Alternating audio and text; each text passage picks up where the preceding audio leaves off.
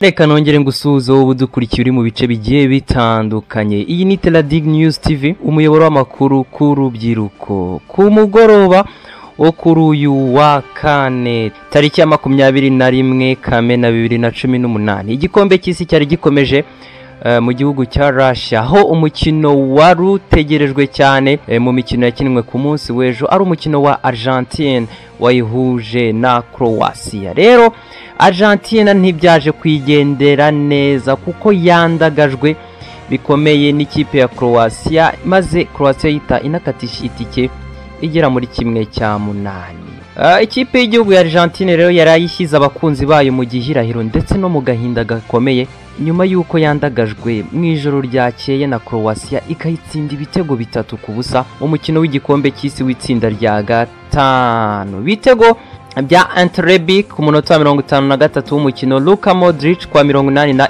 Ivan Rakitic kwa 91 nibyo byafashije Croatia kugera muri 1/8 kirangiza, inasiga Argentine yahabwaga amahirwe yo kuyobora iri tsinda ihanze amaso mu nsindire. Muri make nicyo gisigaye kugira ngo Argentine ibashe kuzamuka. Iri tsinda riyobowe na Croatia ifite manota 6 n'ibitego 5 zigamye. Iceland ikaza ku mwanya wa kabiri n'inota 1 nta mwenda nta n'igitego ifite. Argentina ni ya gatatu n'inota 1 n'umwenda w'ibitego 3, mu gihe Nigeria ari ya nyuma ifite ubusa n'umwenda w'ibitego 2.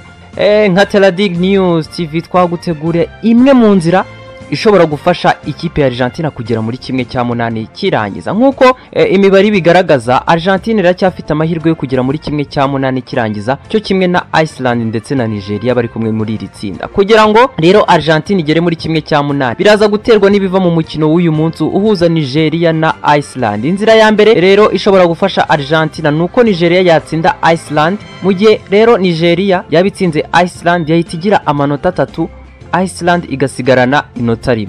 Mu gihe byaba bigenze gutya, icyo Argentine yasigara isabwa no gutsinda Nigeria mu mukino wa nyuma, bityo igahita igira amanota 4 ikayisiga ku manota 3 yonyine. Aha nanone byasaba nanone Croatia kwihagararaho imbere ya Iceland byibura ikayitsinda cyangwa bakanganya kugira ngo yirinde kugira amanota 4, kuko basigara babara ikinyuranyo cy'ibitego mu gihe Iceland yaba igize amanota 4. Mu gihe Iceland na Nigeria babanganyije umukino w'uyu munsi, nanone Argentina yabigifite amahirwe. Iceland yagira amanota 2, Nigeria ikagira inota 1, Argentina igasigara isabwa gutsinda Nigeria ku mukino wa nyuma, gusa igasenga ko Croatia itsinda Iceland ku mukino wa nyuma cyangwa nanone bakanganya. Ese umaze kumva uko icyegeranyo kimeze, urabona Iceland itsinze Nigeria byagenda gute? Mu gihe rero Iceland yatsinda Nigeria uyu munsi yahita igira amanota 4, aha byaba bigoranye cyane ku ikipe ya Argentina kuko yasigara isengera ko Croatia kubita Iceland itababarira ibitego byinshi,